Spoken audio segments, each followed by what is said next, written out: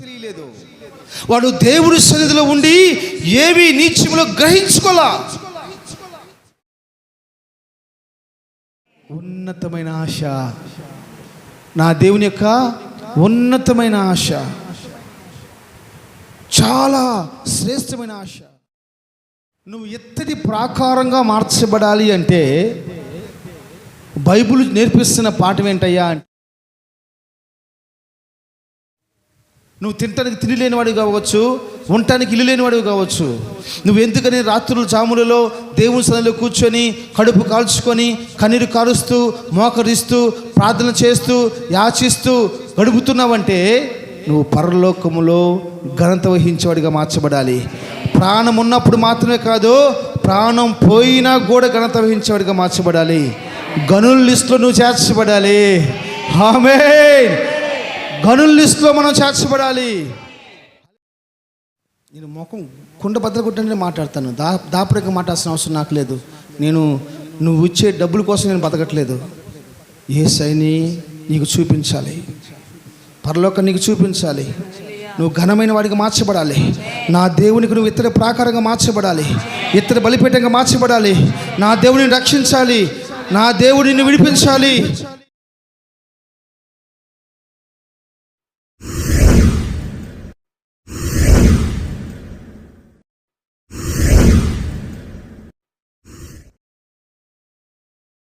మన ప్రభువును రక్షకుడైన యేసుక్రీస్తు శ్రేష్టమైన నామములో ఈ సంపూర్ణ రాత్రి ఉపవాస ప్రార్థన కూడి వచ్చిన మీ అందరూ కూడా నా హృదయపూర్వకమైన వందనాలు తెలియజేస్తున్నాను.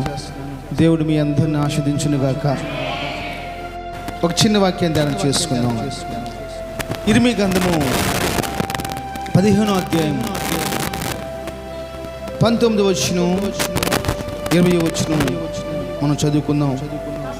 కాబట్టి యెహోవా ఇలాగూ సెలవిచ్చును, నీవు నా తట్టు తిరిగిన ఎడల నీవు నా సన్నిధిని నిలుచున్నట్లు నేను నిన్ను తిరిగి రప్పింతును.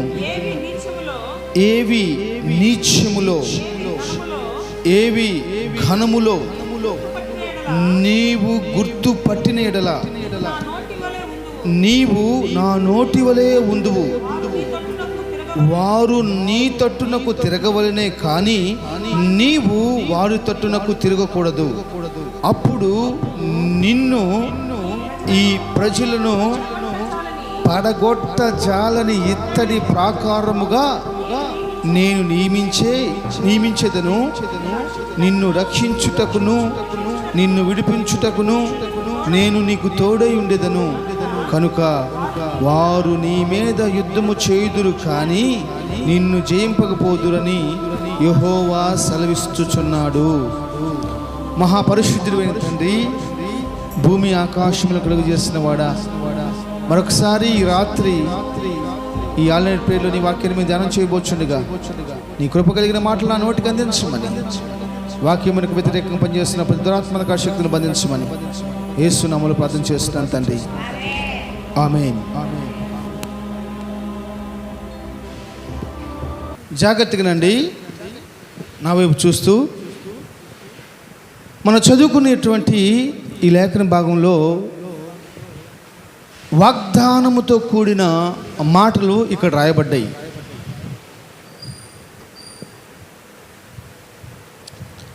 ఈరోజు నేను చెప్పే వాక్యం ఒక పాఠం ఏంటంటే, నువ్వు ఇత్తడి ప్రాకారంగా మార్చబడాలి. చెప్పండి, ఏ ప్రాకారం అది? ఇత్తడి ప్రాకారం. ఎందుకని దేవుడు ఇత్తడి ప్రాకారం అని చెప్పంటున్నాడు? ఇత్తడి ప్రాకారం కంటే ఇంక బలమైన ప్రాకారాలు లేవా? అసలు ఇత్తడి ప్రాకారం యొక్క గొప్పతనం ఏంటో ఈ రాత్రి మనం తెలుసుకుందాం. అది తెలుసుకునే ముందు కొన్ని విషయాలు మనం మనస్కరించాలి, కొన్ని విషయాలు మన మనసులో నేర్చుకోవాలి. ఇజ్రాయేలీలందరూ యెహోవాకు వ్యతిరేకంగా తిరిగిపోయారు. యెహోవాను ఆశ్రయించేవారు, ఆరాధించేవారు కరువైపోతున్నారు. నాకు చూడండి, దేవుని బిడ్డలారా, ఈరోజు మనిషి ఎలా ఉన్నాడు అంటే, దేవుడు ఏమి చేయలేడు, మనిషినైన నేనే ఏదైనా చేయగలను అని అనుకుంటూ ఉన్నాడు. దేవుడు ఏం చేయలేడు, ఆయన చూడలేదు.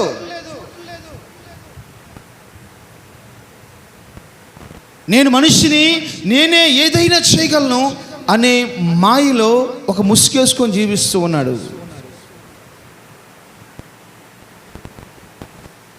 ఇక్కడ రాయబడిన మాట ఏంటంటే 19వ వచనంలో, ఏవి నీచములో ఏవి ఘనములో నువ్వు గుర్తుపట్టాలి. ఇదిగో నువ్వు నా సన్నిధిలో ఉంటున్నావు కదా, నువ్వు నా సన్నిధిలో ఉంటున్నప్పుడు నువ్వు నా దేవుని సన్నిధిలో ఉన్నప్పుడు ఏవి నీచమైన కార్యములో, ఏవి గలీజ్ కార్యములో, ఏవి ఘనమైన కార్యములో నువ్వు గుర్తుపట్టాలి. వాక్యం అదే చెప్తుంది, నువ్వు గుర్తుపట్టాలి. ఏది నీచమైంది ప్రజలకు ఈరోజు తెలియట్లా. నాకు తెలిసిన కుటుంబం ఉంది. ఆ కుటుంబంలో అందరూ బీదవాళ్ళే. తల్లిదండ్రులు బలహీనైపోయారు, చనిపోయారు. ఆ కుటుంబం యొక్క బాధ్యత ఒక సహోదరి తీసుకొని, పెద్ద సహోదరి వారందరికి కావాల్సిన పెళ్ళిళ్ళు అన్నీ చేసేసినాక వీళ్ళు మంచి సహవాసంకి వెళ్తూ ఉన్నారు, ప్రార్థనకి వెళ్తూ ఉన్నారు, అభిషేకం పొందుకున్నారు, అన్ని భాషలు మాట్లాడుతూ ఉన్నారు, ప్రభు శరీరం తింటున్నారు, ప్రభు రక్తం త్రాగుతున్నారు, చాలా ఆత్మీయంగా ఉన్నారు. జాగ్రత్తగా నండి. ఈ మధ్యలో పెళ్లి చేయాల్సిన వయసు వచ్చినప్పుడు ఆ అమ్మాయికి, ఒక అమ్మాయి కూతురికి పెళ్లి చేయాల్సి వచ్చింది. పెళ్లి చేసేటప్పుడు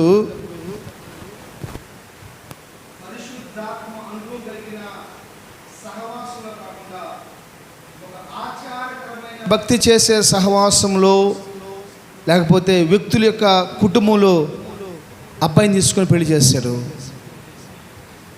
కొన్ని రోజులు అలా పోతా ఉండగా ఏం జరిగిందో తెలుసా? ఆ పెద్ద ఆవిడ చనిపోయినాక వారి కోసం కొన్ని లక్షల రూపాయలు ఇల్లు చేసి ఆస్తిని చేసి చనిపోయింది. ఆస్తి వచ్చేసింది వాళ్ళ పేరు మీదకి. ఈరోజు ఆత్మీయమైన సహవాసానికి వెళ్ళటం మానేసేసారు.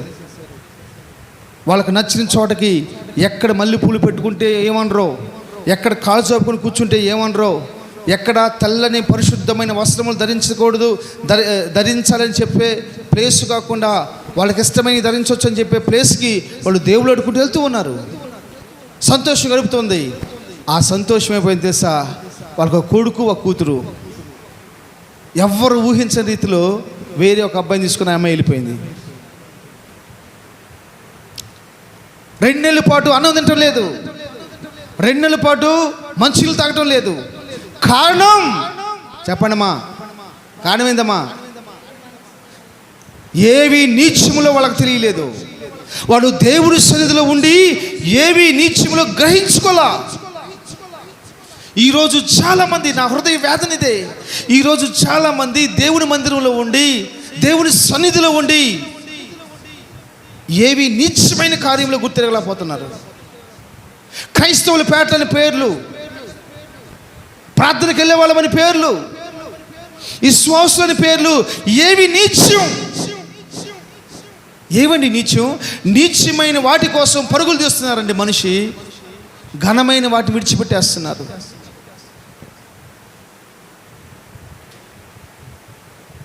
నా దేవుని ఆలోచన ఏమనుకుంటున్నారు మీరు? మిమ్మల్ని ఇత్తడి ప్రాకారాలుగా మార్చాలని ఆశ. స్తోత్రం. ఇత్తడి ప్రాకారాలుగా మార్చబడవలసిన మీరు, ఇత్తడి ప్రాకారాలుగా మార్చబడాల్సిన మనము నీచమైన కార్యములు గుర్తెరగపోవటాన్ని బట్టేసేసి మనము గనులుగా మార్చబడలేకపోతున్నాం. పరమగీతాల గ్రంథంలో రాసుంటుంది, విలాప వాక్యాల గ్రంథంలో రాసుంటుంది, సియోను గనులంట, చెప్పాలి, హిమము కంటే శ్రేష్టమైన వారంట. మనం ఏ గనులవి? సియోను గనులు. మనం ఘనమైన వాటిని ఎంచుకోలేకపోతున్నారు. ఘనమైన వాటిని కోరుకోలేకపోతున్నారు. మరొకసారి చదవండి 19వ వచనం. కాబట్టి యెహోవా ఇలాగు సెలవిచ్చెను, దేవుడు ఈలాగు సెలవిస్తున్నాడు, నా తట్టు తిరిగిన ఎడల నీవు నా సన్నిధిని నిలుచున్నట్లు నీవు నా సన్నిధి నిలుచున్నట్లు నేను నిన్ను తిరిగి రప్పింతును. నేను నీ తిరిగి రప్పిస్తాను. ఏవి నీచములో ఏవి నీచములో ఏవి ఘనములో ఏవి ఘనములో నీవు గుర్తు పట్టిన ఎడల నీవు నా నోటి వలె ఉందువు. ఆమేన్, ఆమేన్. మనము నీచమైనవి ఏందో గనక గుర్తుపట్టినట్టయితే మనమే దేవుడి నోరుగా మార్చబడిపోతామంట. మనమే దేవుడి నోరుగా మార్చబడతామంట. ఈరోజు మనిషికి తెలియని కార్యం ఏంటి చెప్పండి? ఏవి నీచములు, ఏవి చేయకూడని పనులు, ఏవి చేసే పనులు ఈరోజు మనిషికి తెలియట్లా. నీచమైన కార్యాలేవో ఘనమైన కార్యాలేవో తెలియట్లేదు. అందుకని ఆ ప్రపంచం నీచమైన కార్యాలు వెంట పోతుంది. కాబట్టి మరణాల సంఖ్య పెరిగిపోతుంది, రోగాల సంఖ్య పెరిగిపోతుంది. ఇప్పుడు గవర్నమెంట్ హాస్పిటల్లో పోయి చూస్తే కితకితలాడుతుంది. ఏంటంటే పక్కింటి కొట్టుకుంటున్నారు, కొట్టుకుంటున్నారు. అమ్మ ఎందుకమ్మా కొట్టుకుంటారో ఇంటి పక్కన వాళ్ళని చెప్పేసి పోయిందంటే ఈవిని కొడితే తెగిపోయింది. పరపర రక్తం మొత్తం చీర మొత్తం అయిపోయింది, చీర మొత్తం రక్తం కారిపోయింది. హాస్పిటల్ తీసుకొచ్చారు. కుట్టేయాలంటే అయ్యా నాకు కుట్లొద్దని చెప్పేసి అంటుంది. నాకు భయం, నాకు కుట్లొద్దు అంటుంది. రక్తం కడతా ఉంది అట్లనే. వాళ్ళు నీచిపోళ్ళు, వాళ్ళు కొట్టుకున్నారు. నీకెందుకు తొంగి చూసే బుద్ధి? హల్లెలూయా. నీకెందుకు తొంగి చూసే బుద్ధి? దేవుడు మన పక్షాన ఉన్నాడు. ఆయన నోటి వలె మనం మార్చబడాలని కోరుకుంటున్నాడు. ఆయన నోటి వలె నువ్వు మార్చబడాలని కోరుకుంటున్నాడు. హల్లెలూయా, హల్లెలూయా. దేవుడు నిశ్చయంగా ఒక ఉన్నతమైన ఆశ మన పట్ల కలిగి ఉన్నాడు, నీ పట్ల కలిగి ఉన్నాడు, మనందరి పట్ల, మన కుటుంబాల పట్ల కలిగి ఉన్నాడు. ఉన్నతమైన ఆశ, నా దేవుని యొక్క ఉన్నతమైన ఆశ, చాలా శ్రేష్టమైన ఆశ.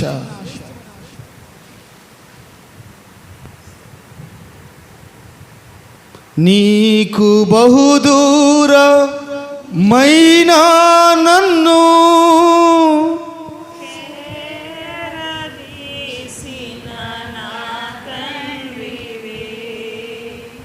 నీకు బహుదూర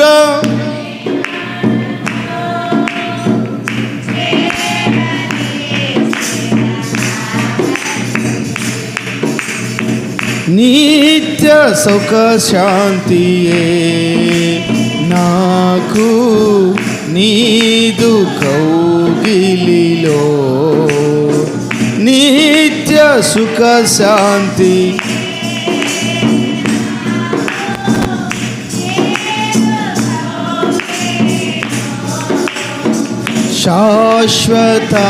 శాశ్వతమైనది నీవు నాయడ చూపిన కృప,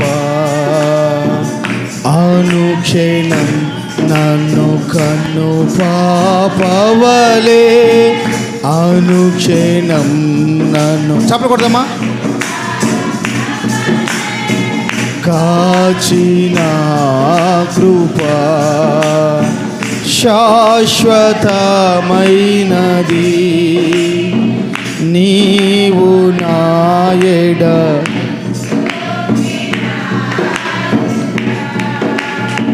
ఆమేన్. హల్లెలూయా, హల్లెలూయా. జాగ్రత్తగానండి. నువ్వు ఎత్తడి ప్రాకారంగా మార్చబడాలి అంటే బైబిల్ నేర్పిస్తున్న పాఠం ఏంటయ్యా అంటే చెప్పండి, ఏవి నీచమైనవో గ్రహించుకోవాలి. నువ్వు గుర్తుపట్టాలి. ఏవి నీచమైనవో గుర్తుపట్టే కృపలోకి నువ్వు రావాలి. ఏవి ఘనమైనవో తెలుసుకొని ఆ ఘనమైన మార్గాల్లో నడిచే కృపలోకి నువ్వు రావాలి. స్తోత్రం, హల్లెలూయా. ఎందుకంటే నువ్వు దేవుని సన్నిధిలో ఉన్నావు, ఎందుకంటే ఆయన నిన్ను పిలుచుకున్నాడు. కొంతమంది ఉంటారంట, వాళ్ళు ఎలా ఉంటారంటే నీచమైన కార్యాలను వెంబడిస్తూ ఉంటారంట. ప్రభు అంటాడు, నువ్వు వారి మార్గాలు వెళ్ళకూడదు, నువ్వు వారి మార్గాలు వెళ్ళకూడదు. వారు తట్టు నువ్వు తిరగకూడదు, కానీ నీ తట్టే వారు తిరగాలి. నేను అప్పుడప్పుడు చెప్తా ఉంటాను, నీకంటే భక్తి పరులు అయిన వాళ్ళతోనే మనం భక్తి చేయాలి. నీకంటే తక్కువ వాళ్ళతోటి, అంటే భక్తి తక్కువగా ఉన్న వాళ్ళతో భక్తి చేయకూడదు. నీకంటే ఎక్కువ భక్తి ఉన్న వాళ్ళతోటి, నీకంటే నువ్వు చేసే ప్రార్థన కంటే ఇంకా ఎక్కువ ప్రార్థన చేసే వాళ్ళతోటి, నీకంటే ఎక్కువ పరిశుద్ధత కలిగి ఉన్న వాళ్ళతో భక్తి చేయాలి. అక్కడ రాసిన మాట ఏం తెలుసా, నువ్వు వారి తట్టు తిరగకూడదు, వారే నీ తట్టు తిరగాలి. అంటే నీచమైన మార్గాల్లో నడుస్తున్న వారితో నువ్వు తిరగకూడదు. నిన్న అక్కడికి ఫోన్ చేశాను, నేను ఫోన్ చేసేసి ఇటు సంగతమ్మా ఫంక్షన్ జరుగుతుంది అంటే, నువ్వు ఇలాంటివి ఒప్పుకోవు కదా అని అడుగుతున్నారు నన్ను. అవునమ్మా నేను ఒప్పుకోను ఇలాంటి అని చెప్పన్నాను. అప్పుడు వాళ్ళు ఏమన్నారంటే అయ్యా నీకెందుకయ్యా ఇవన్నీ, వాళ్ళని వదిలిపెట్టేసి నువ్వు అవన్నీ చెప్పబాక, చెప్పి నలుగురు ఎందుకు నువ్వు నానుతావు అంటుంది. చెప్పి నువ్వెందుకు నలుగురు నానుతావు, ఎవరిష్టం వచ్చిన వాళ్ళు చేసుకొని. నేనేమని తెలుసా, బైబిల్కి వ్యతిరేకంగా జరుగుతున్నది చెప్పటం కోసమే దేవుడు నన్ను పిలుచుకున్నాడు. బైబిల్కి వ్యతిరేకంగా నీ జీవితంలో నాకు కనపడ్డప్పుడు వాక్యానుసారంగా నీకు నేర్పించడం కోసమే దేవుడు నన్ను పిలుచుకున్నాడు. ఈ రాత్రి నా దేవుడు చెప్పమన్న మాట ఏంటి తెలుసా, మనము ఇత్తడి ప్రాకారాలుగా మార్చబడాలి. మనం ఇత్తడి ప్రాకారాలుగా మార్చబడాలి. ఇత్తడి ప్రాకారాలుగా మార్చబడాలంటే ఏం జరగాలి, ఏవి నీచమైనవో ఏవి ఘనమైనవో మనం తెలుసుకోవాలి. అంటే అర్థమైంది తెలుసా, ఇజ్రాయేల్ ప్రజలు అవి తెలుసుకోలేకపోతున్నారు. ఇర్మియాతో మాట్లాడుతున్నాడు, ఇర్మియా నువ్వు వారి తట్టు తిరగకూడదయ్యా, వారే నీ తట్టు తిరగాలి. ఎప్పుడైతే నువ్వు నీచమైన కార్యములు తెలుసుకుంటావో నిశ్చయంగా నేను దేవుడు ఏం చేస్తాడంట, ఏం చేస్తాడమ్మా, ఇత్తడి ప్రాకారంగా మార్చేస్తాడు. గుర్తుపెట్టుకోండి, ఇప్పుడు ప్రజెంట్ పరిపాలిస్తున్న ఎమ్మెల్యేలు, మంత్రులు, ముఖ్యమంత్రులు, ప్రధానమంత్రులు, కలెక్టర్లు ఎవరు ప్రార్థనకి వెళ్ళి మోకరించి రాత్రులు ఉపవాసాలుండి ప్రార్థన చేసేవారు కాకపోవచ్చు. నువ్వు తినటానికి తిండి లేనివాడివి కావచ్చు, ఉండటానికి ఇల్లు లేనివాడివి కావచ్చు. నువ్వు ఎందుకని రాత్రులు జాములలో దేవుని సన్నిధిలో కూర్చొని కడుపు కాల్చుకొని కన్నీరు కారుస్తూ మోకరిస్తూ ప్రార్థన చేస్తూ యాచిస్తూ గడుపుతున్నావంటే నువ్వు పరలోకములో ఘనత వహించేవాడిగా మార్చబడాలి. ప్రాణం ఉన్నప్పుడు మాత్రమే కాదు, ప్రాణం పోయినా కూడా ఘనత వహించేవాడిగా మార్చబడాలి. గనుల లిస్టులో నువ్వు చేర్చబడాలి. ఆమేన్. గనుల లిస్టులో మనం చేర్చబడాలి. హల్లెలూయా. ఎప్పుడు చేర్చబడతామంట, ఎప్పుడు చేర్చబడతామా, నీచమైనవేవో ఘనమైనవేవో తెలుసుకున్నప్పుడు నువ్వు ఇత్తడి ప్రాకారంగా మార్చబడతావు. అప్పుడు ఇత్తడి ప్రాకారంగా మార్చబడినప్పుడు బైబిల్ చెప్తుంది చేస్తా, చూడండి ఒక రహస్యం చెప్తాను మీకు, జాగ్రత్తగా నా వైపు చూడండి. నువ్వు ఇత్తడి ప్రాకారంగా మార్చబడే ముందు ఏం చేయాలి, ఏవి నీచమైనవో ఏవి ఘనమైనవో తెలుసుకోవాలి, గుర్తుపట్టాలి. ఏవి నీచమైనవో గుర్తుపట్టాలి, ఏవి ఘనమైనవో గుర్తుపట్టాలి. ఆ ఘనమైన వాటిలో మనం వెంబడించాలి, నీచమైన వాటి వైపు మనం వెంబడించకూడదు. నువ్వు ఒక తాగుబోతోటి వెంబడించకూడదు.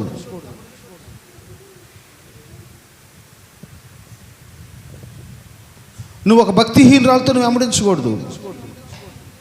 అలా ఉన్నట్టయితే అంట దేవుడు నిన్ను ఎలా చేస్తాడంట, దేవుడిని ఎలా చేస్తాడంట, దేవుడిని ఎలా చేస్తాడమ్మా, ఇత్తడి ప్రాకారాలకు చేస్తాడంట. ఎలా చేస్తాడు, ఎలా చేస్తాడు, ఇత్తడి ప్రాకారంలాగా మాత్రమే కాదంట, నిన్ను రక్షించుటకు, నిన్ను విడిపించుటకు నేను నీకు తోడుగా ఉంటాను. చప్పలు కొట్టి దేవుని నన్ను మహింపరచండి. Big hands, big hands, big hands. స్తోత్రం, స్తోత్రం, స్తోత్రం, స్తోత్రం, స్తోత్రం, స్తోత్రం, స్తోత్రం, స్తోత్రం, స్తోత్రం, స్తోత్రం, స్తోత్రం, స్తోత్రం, స్తోత్రం, స్తోత్రం. నిన్ను రక్షించుటకు, నిన్ను విడిపించుటకు నేను నీకు తోడై ఉందును.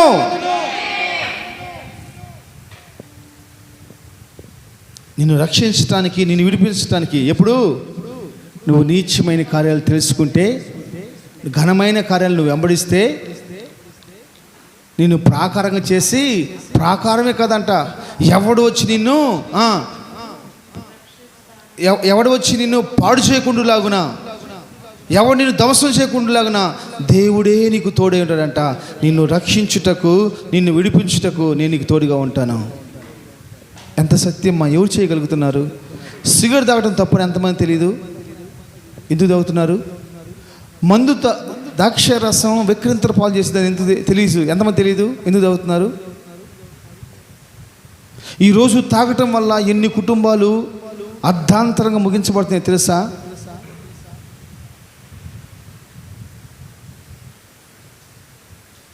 హల్లెలూయా. జాగ్రత్తనండి. అప్పుడు బైబిల్ చెప్తున్న మాట తెలుసా? నేను నీకు తోడైందును కనుక వారు నీ మీద యుద్ధము చేయుదురు కానీ నిన్ను జయింపకపోదురని యెహోవా సెలవిస్తున్నారు. కంపల్సరీ ఆ యుద్ధములో, ఆ పోరాటంలో మనం జయం పొందుకుంటాం. ఆ యుద్ధం కొన్ని కష్టాలు రావచ్చు, మా విజయం నీదే. పరిస్థితులు ముందు తల ఉంచుతాయి అంతే. పరిస్థితులకు మనం తల ఉంచకూడదు.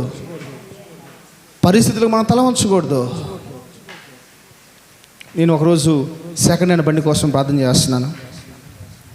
సెకండ్ హ్యాండ్ బండి కోసం ప్రార్థన చేస్తుంటే నాకు తెలిసిన ఒకళ్ళు అన్నారు, నువ్వు సెకండ్ హ్యాండ్ బండి కోసం ప్రార్థన చేయబాక.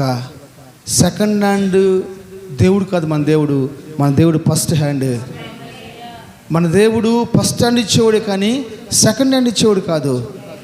నీ ఆలోచనలు అధికంగానే ఉండాలి, నువ్వు చేసే పనులు ఘనంగానే ఉండాలి. స్తోత్రం. నీ ఆలోచనలు అధికంగా ఉండాలి, చెప్పాలి, నీ చేసే పనులు ఘనంగా మార్చబడాలి. హల్లెలూయా. ఘనమైనవి నీ కార్యములు,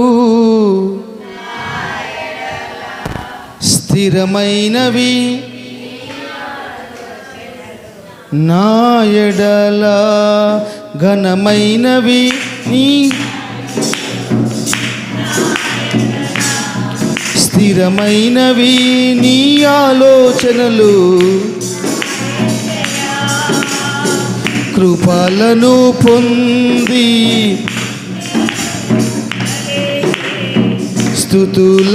స్తుతులర్పించెదను అన్ని వేళలా.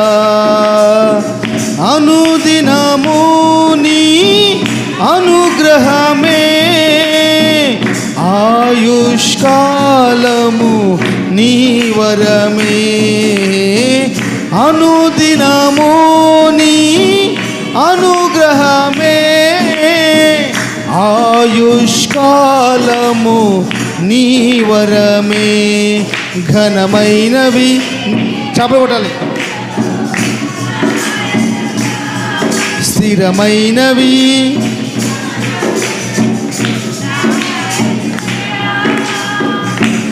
ఏ తెగులు. అందరూ లేసి పడండి, అందరూ లేసి పడాలి. బైబిల్ కింద పెట్ట చప్పట్లు కొడదాం.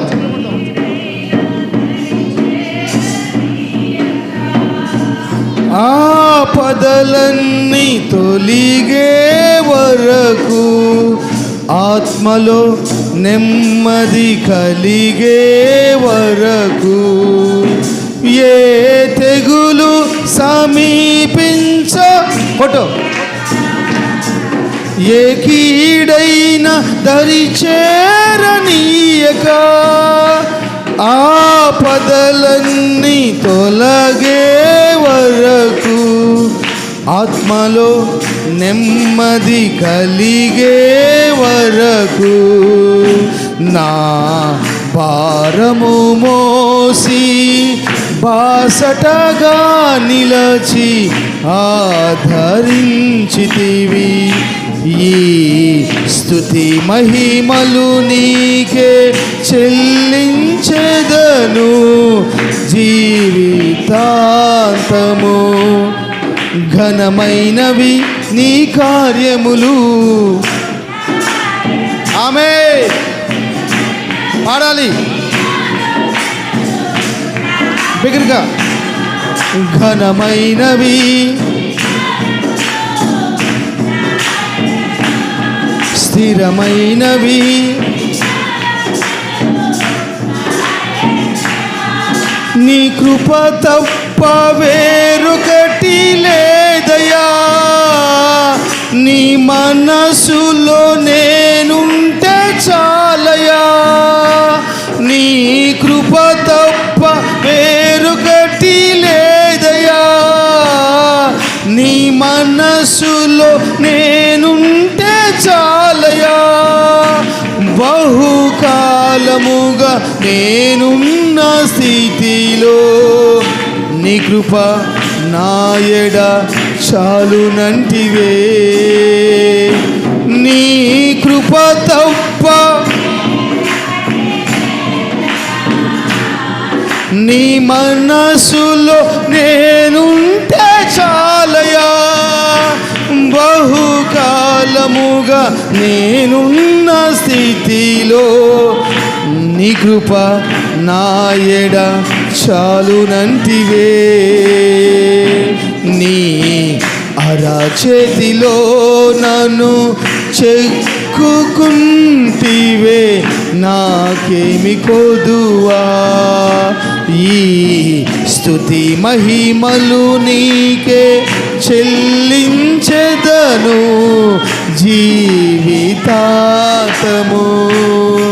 ఘనమైనవి నీ కార్యములు నా ఎడలా.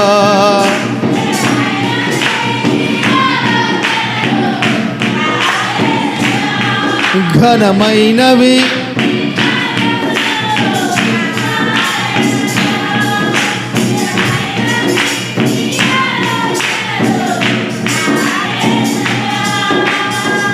నాకు ఎత్తైన కోటవు నీవే. నన్ను కాపాడు కేడము నీవే. ఆశ్రయమైన పండవు నీవే. శాశ్వత కృపకాధారము నీవే. నాకు ఎత్తైన కోటవు నన్ను కాపాడు కేడము. ఆశ్రయమైన బండవు. శాశ్వత కృపకాధారము నీవే.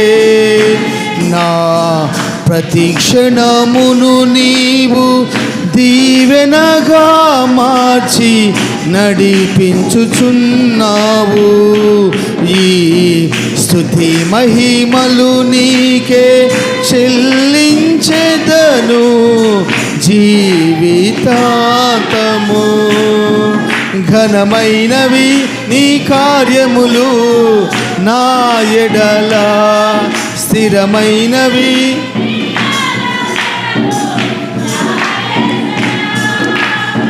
కృపలను పొందుచు కృతజ్ఞత కలిగి స్తుతులర్పించెదను అన్ని వేళలా. కృపలను పొందుచు కృతజ్ఞత కలిగి స్తుతులర్పించెదను అన్ని వేళలా.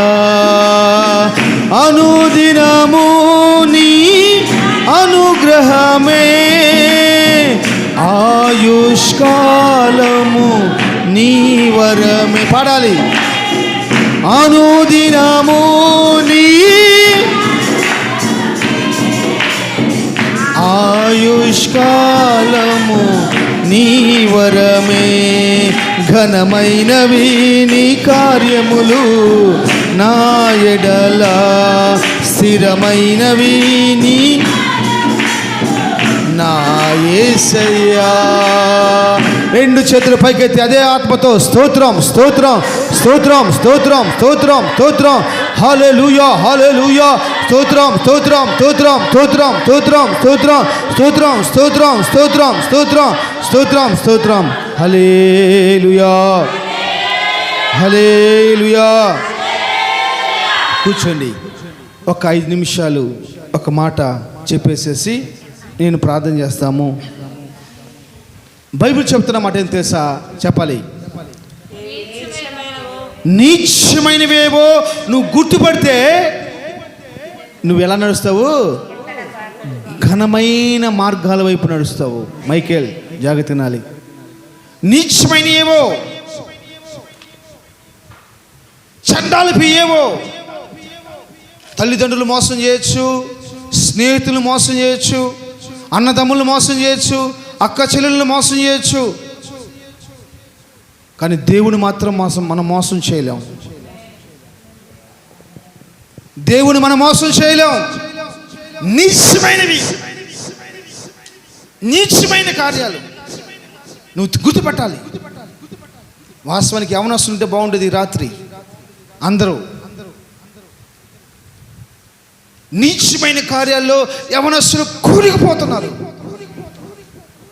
అందుకని దేవుడు మాట్లాడుతున్నాడు, నీచమైన కార్యాల వైపు కాదు ఘనమైన కార్యాల వైపు నువ్వు చూసినట్టయితే అనేకులు నీతోటి తిరుగుతారు, నువ్వు వారితో తిరుగు. నిశ్చయంగా నేనేం చేస్తాను? ఇత్తడి ప్రాకారంగా మార్చేస్తాను. అంత మాత్రమే కాదు, నిన్ను రక్షించుటకు, నిన్ను విడిపించుటకు నేను నీకు తోడై ఉంటాను. నేను నీకు తోడై ఉంటాను కాబట్టి ఇదిగో నీ శత్రువు, నీ విరోధి, నీ పగస్తుడు నీ పైన యుద్ధాన్ని చేయడానికి వస్తాడు. కానీ వాడు ఓడిపోతాడు, నువ్వు గెలుస్తావు. వాడు ఓడిపోతాడు, నువ్వు గెలుస్తావు. కారణం నీచమైన కార్యాలు వెంబడించే సంఘం కాదు. Praise the lord. ఈ సహవాసము నీచమైన కార్యాలు వెంబడించే సహవాసం కాదు. ఇది దేవుని సన్నిధిలో ఉన్న సహవాసము, దేవుని సమూహంలో ఉన్న సంఘము, కాలుచిన మార్చబడిన సంఘము.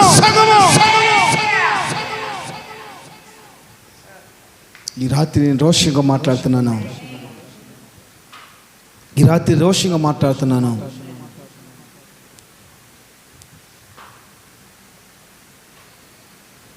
ఎనభై లక్షల లీటర్లు ఎలక్షన్ ఒక వారంలో సారాయి మందు బ్రాంతి అమ్ముడుపోతుందంట. ఎంత? ఒక్క వారం. ఈ వారంలో ఎస్టిమేషన్ 80 లక్షల లీటర్లు. 80 లక్షల లీటర్లమా?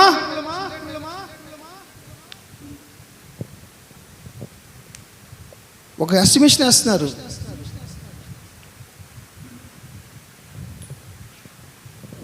అందుకే నా దేవుడు చెప్తున్నాడు, నాకు చాలా వేదనగా ఉంది ఈ రాత్రి. అందుకే నా దేవుడు చెప్తున్నాడు, మనం ఇత్తడి ప్రాకారాలుగా మార్చబడాలి. ఇత్తడి ప్రాకారాలుగా మార్చబడితేనంట దాని లోపలికి ఇంకేది రాదంతే, ఇంకేది రాదంతే. మొదటి రాజుల గ్రంథము 8వ అధ్యాయము 64వ వాక్యం చదువుకొని నేను మీకోసం ప్రార్థన చేస్తాను. మొదటి రాజుల గ్రంథము 8వ అధ్యాయము 64వ వాక్యం. ఆ దినమున యెహోవా సముఖమందున్న ఏ బలిపీఠం అంటమ్మా? ఎక్కడుందంట అది? దేవుని సముఖంగా ఉండేవాళ్ళు ఎలా మార్చబడాలి తెలుసా? ఇత్తడిగా మార్చబడాలి. ఆ ఇత్తడి యొక్క గొప్పతనం ఏం తెలుసా? దాని మీద సమాధాన బలులు అర్పిస్తారంట. చదువమ్మా, ఖండించేయి. ఏ బలులంట? దహన బలులను, నైవేద్య బలులను, సమాధాన బలి పశువులను, కొవ్వును అర్పించుటకు ఆ బలిపీఠం ఉపయోగపడాలి. Praise the Lord. హల్లెలూయా. అర్పించుటకు ఆ బలిపీఠం ఉపయోగపడాలి. అది ఏ బలిపీఠం చెప్పండి? ఇత్తడి బలిపీఠం. ఇత్తడి బలిపీఠం. ఇత్తడి బలిపీఠం చాలా గొప్పది. దేవుడు కోరుకున్న బలిపీఠం అది. ఇత్తడి బలిపీఠం నల్ల తుమ్మకర్రతోటి 6 అడుగులు పొడుగు 6 అడుగులు వెడల్పుతోటి, లేకపోతే 7.5 అడుగులు పొడుగు 7.5 అడుగులు వెడల్పుతోటి దేవుడు చెప్తాడు, ఒక తుమ్మకరతో ఒక టేబుల్ చేసేసి దానికి ఎత్తని పొదగమని చెప్తాడు. దానిపై నుంచి ఏం చేస్తా, సమాధాన బలులు అర్పించాలి, సమాధాన బలులు అర్పించాలి, అర్పణలు అర్పించాలి, కొవ్వును అర్పించాలి. అంతే. ఈరోజు ఒకరు నాకు ఫోన్ చేశారు. వాళ్ళు చెప్పిన మాట ఏం చేసా, నిజంగా మీ ఇంట్లో చాలా సమాధానంగా ఉంది బ్రదర్. అయ్యా మీ ఇంట్లో చాలా సమాధానంగా ఉంది. నేనేం చెప్పింది చేసా, నువ్వు మా ఇల్లుని చూసావు, మా విశ్వాసులు చూసావు అనుకో, నాకు ఎక్కడికన్నా ఇంకా సమాధానంగా ఉంటుందని చెప్పేసాను. నేను గప్పని ఒకవేళ ఆయన కనుక మీ ఇంట్లోకి చూస్తే మరి ఎట్లుంటుందో నాకు తెలియదు.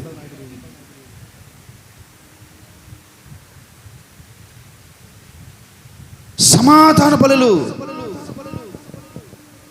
ఇంక నీచమైన కార్యాలు తెలుసుకున్నా కూడా మనం సమాధాన బలు అర్పించే బలిపీఠంగా మార్చబడలేకపోతున్నాం. కోరుకుంటులా, ధనం మీద వ్యామోహం తగ్గట్లా, కోరికల మీద వ్యామోహం తగ్గట్లేదు, ఆశలు పెరిగిపోతూనే ఉన్నాయి. ఈరోజు ఒకసారి ప్రార్థనకి వెళ్తే నేను మాట్లాడుతూ ఉన్నాను, ప్రపంచం ధనం వెంట పరిగెత్తుతుంది.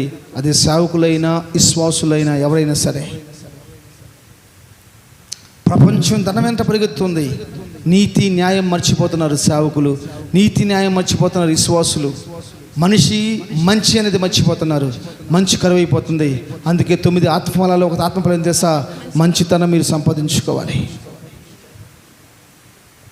లేదు, కరువైపోతుంది.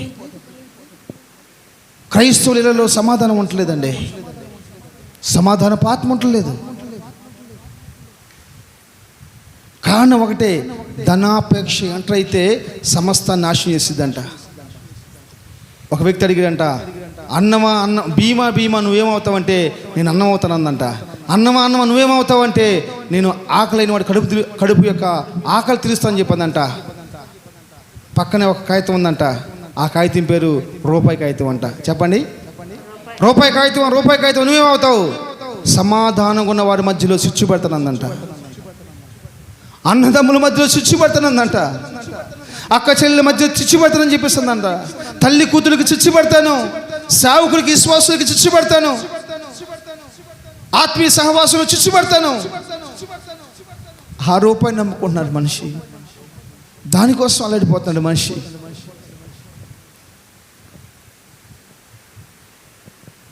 ఏం తీసుకెళ్తారండి?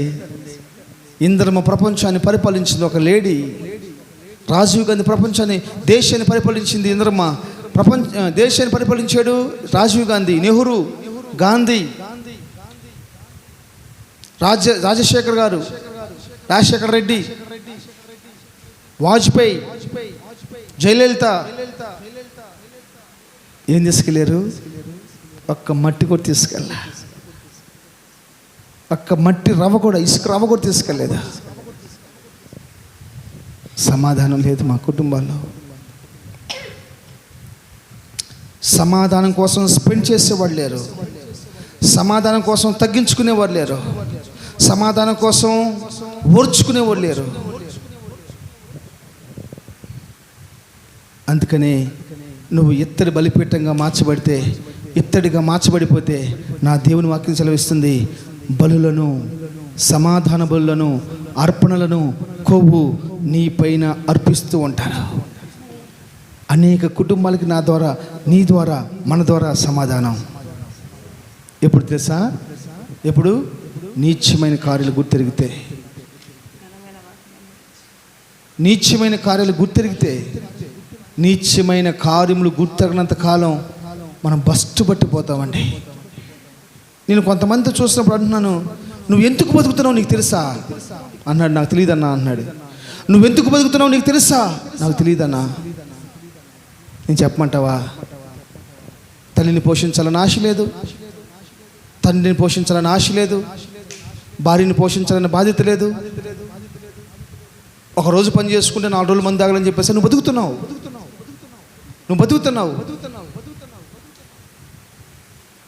మా జాగ్రత్తగా నాటి గర్వపడినంటే నేను ఒక మాట చెప్తాను. గర్వపడినంటే నేను ఒక మాట చెప్తాను.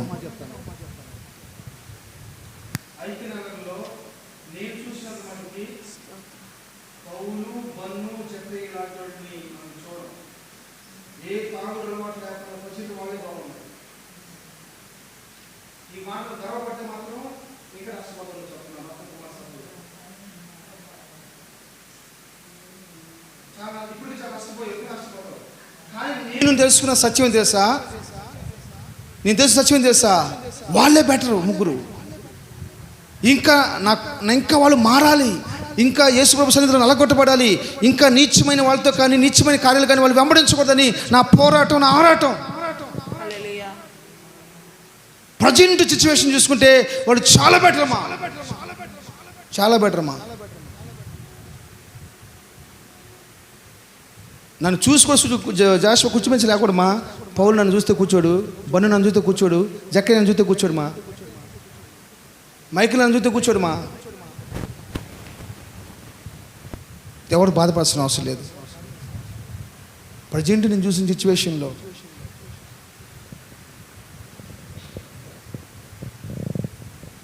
నేను ముఖం కుండ బద్దలు కొట్టండి మాట్లాడతాను. దాపరికంగా మాట్లాడాల్సిన అవసరం నాకు లేదు. నువ్వు ఇచ్చే డబ్బుల కోసం నేను బతకట్లేదు. యేసయ్యని నీకు చూపించాలి, పరలోకం నీకు చూపించాలి. నువ్వు ఘనమైన వాడికి మార్చబడాలి. నా దేవునికి నువ్వు ఇతర ప్రాకారంగా మార్చబడాలి, ఇతర బలిపీఠంగా మార్చబడాలి. నా దేవుడిని రక్షించాలి, నా దేవుడిని విడిపించాలి. ఇదిగో ఇదిగో దేవుని యొక్క సేవకుడిగా మాట్లాడుతున్నాను.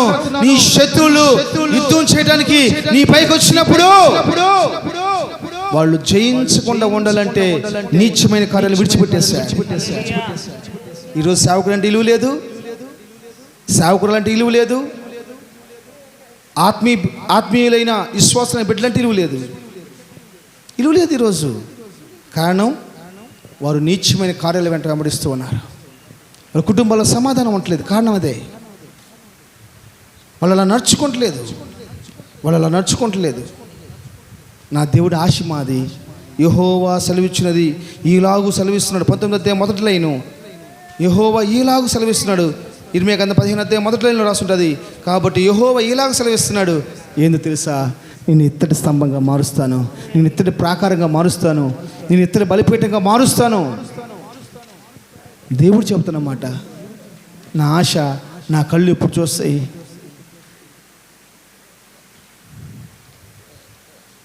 కంపల్సరీ రాబోతున్న తరం అవి చూడాలి. ఆరాధన వాళ్ళు అలా సమాధానకరమైన బలు అర్పించే బలిపీఠాలకు మార్చబడాలి. జోషణ వాళ్ళు సమాధానకరమైన బలు అర్పించే బలిపీఠాలకు మార్చబడాలి. ఒకవేళ నేను వీళ్ళు తయారు చేయలేకపోవచ్చు, కానీ వాళ్ళని మాత్రం నిత్యంగా నేను తయారు చేస్తాను. నా ఆశదే తయారు చేయలేదే. వాటిపైన బలులు అర్పించాలి, వాటిపైన అర్పణలు అర్పించాలి, సమాధాన బలి అర్పించాలి, కొవ్వు అర్పించాలి. బైబిల్ చెప్పేది అవన్నీ సాలలేదంట. అక్కడ రాసున్నమాట తెలుసా? మొదటి రాజుల గ్రంథం 8వ అధ్యాయము 64వ వచనంలో అవి అర్పించడానికి అది చాలట్లా, ఆ బలిపీఠం చాలట్లేదని రాస్తుంటుంది అక్కడ. ఏ పోయిందంటమా? బహు చిన్నదై చాలట్లా. అందుకని ఆవరణంలో పోయి అర్పిస్తూ ఉన్నారు. బలిపీఠంలో అర్పించట్లా, ఆవరణలో అర్పిస్తున్నారు. ఆ ప్లేసు నువ్వైపోవాలి, ఆ ప్లేస్ నేనైపోవాలి, ఆ ఎత్తర బలిపీఠంగా నువ్వు మార్చబడిపోవాలి. రాత్రి ప్రార్థన చేసుకున్న వాళ్ళకంటే మేమే గొప్ప అనుకుంటున్నారు కొంతమంది. ప్రార్థన పోయే వాళ్ళకంటే మేమే గొప్ప అనుకుంటున్నారు. ఉపవాసం ఉండే వాళ్ళకంటే మేమే గొప్ప అనుకుంటున్నారు చాలామంది. నువ్వు భయపడాల్సిన అవసరం లేదు. నీ భక్తి నేను ఇత్తడి ప్రాకారంగా మార్చేసిద్దే, ఇత్తడి బలిపీఠంగా మార్చేసిద్దే. నా దేవుడు ఒకరోజు నాతో ఈ మాట మాట్లాడుతున్నాడు. నా గుండెల్లో దాచుకున్నాను ఈ మాటని మీకు చెప్పమని చెప్పాడు ప్రభు. నువ్వు నీచమైన కార్యాలు గుర్తిరిగితే, నా నీచమైన కార్యాలు నేను విడిచిపెట్టేంతవరకు దేవుడు నన్ను ముట్టలేదు, దేవుడు నన్ను గణపరచలేదు. ఈ రోజుకి ఏదైనా ఒక చిన్న నీచమైన కార్యం నేను జరిగించినట్లయితే, నేను చేసినట్లయితే దానికి బలి. అందుకని బట్టి చెప్తున్నాను, హృదయపూర్వకమైన పాపం చేస్తే ఏమైందమ్మా? హృదయపూర్వకం పాపం చేస్తే ఏమైంది? మీరు రాత్రి చదివారు కదా, హెబ్రీయులకు రాసిన పత్రిక 10వ అధ్యాయం 26 వచనం. హెబ్రీయులకు రాసిన పత్రిక 10వ అధ్యాయం 26 వచనం.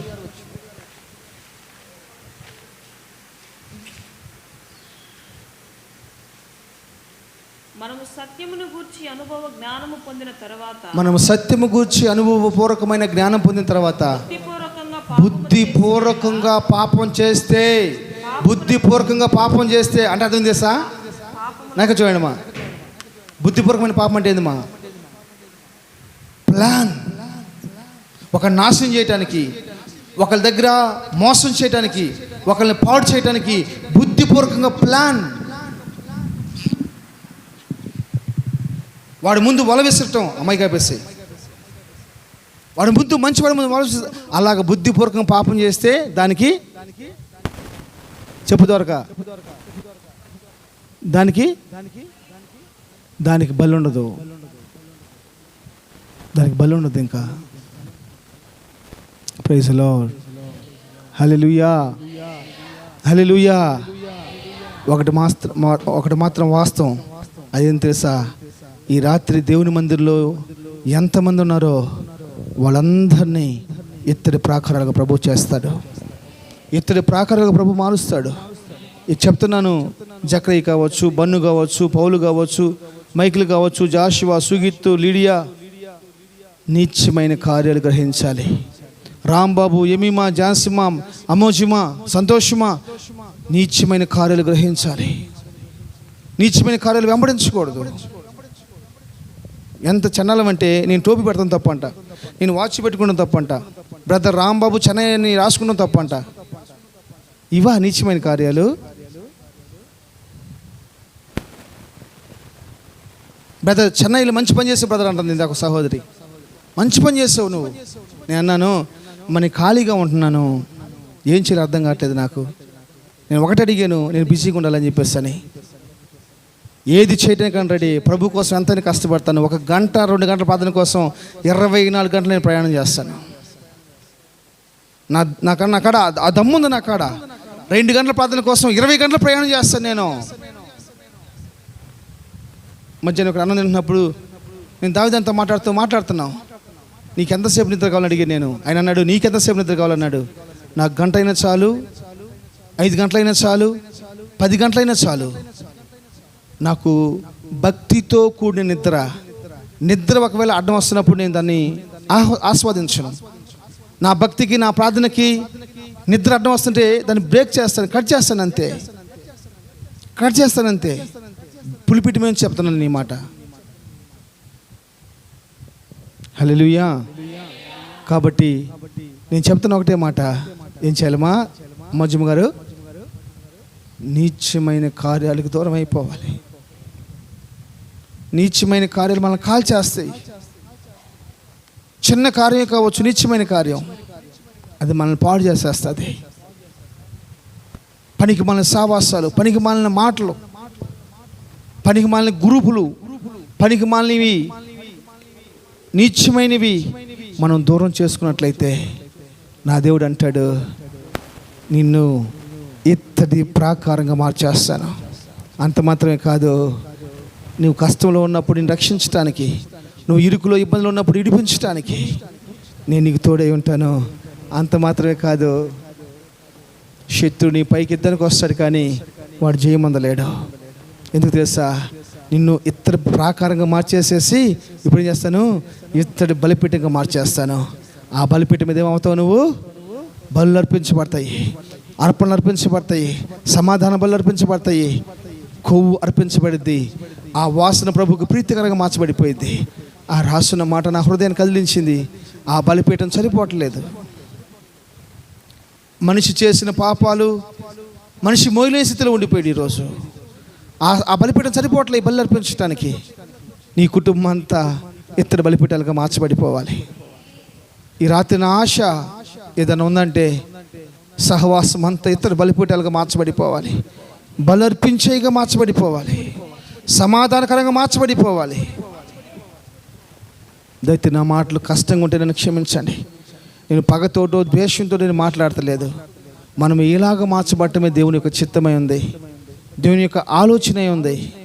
ఎవరంటే నాకు ద్వేషం లేదు, అందుకని ప్రేమ లేదని కాదు, ఒకటే నేను గద్దించేవాడిగా మార్చబడాలి, సరైన మార్గంలో నడిపించేవాడిగా మార్చబడాలి.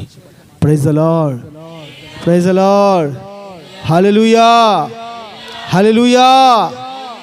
ఈ రాత్రి మన సహవాసము యేసు నామములో ప్రాకారము, ఇత్తడి ప్రాకారము కలిగిందిగా మార్చబడునుగాక.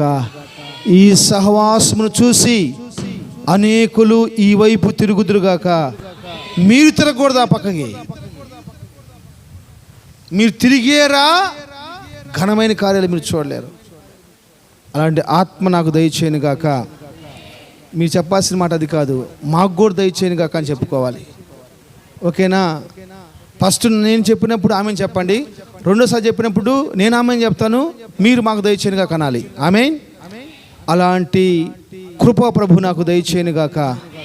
అలాంటి కృప ప్రభు. ఆమేన్. కళ్ళు మూసుకోండి, లేచి నిలబడండి.